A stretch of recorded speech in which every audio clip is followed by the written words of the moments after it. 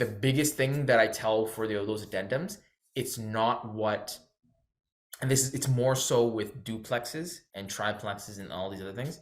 It's not what protects the landlord, but rather what signifies to tenants. So um, the biggest thing that causes issues is petty stuff. Petty stuff turns into large stuff. So the petty things like who has access to the backyard, Right. where the car is supposed to be parked. Specifically, is it the left lot? Is it the right lot? Which one is allocated to your space, Yeah. right?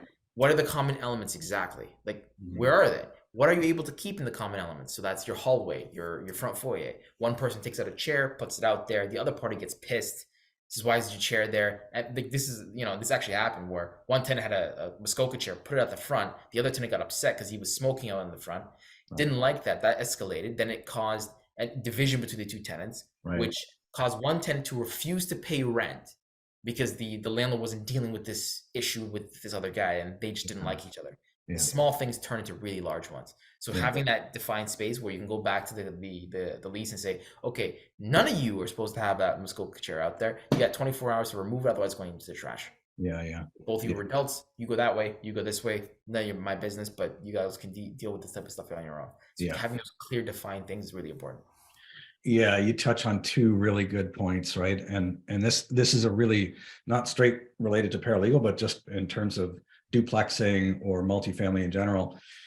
How and when should I separate things? And the guiding principle there is, picture us as people like molecules, and the more we bounce off each other, the more friction that can get created.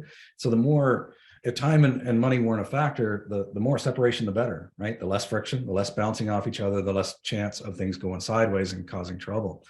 And so, do you want separate laundry? Do you want separate common areas? Do you want separate entrances and yards and laundry and all of that?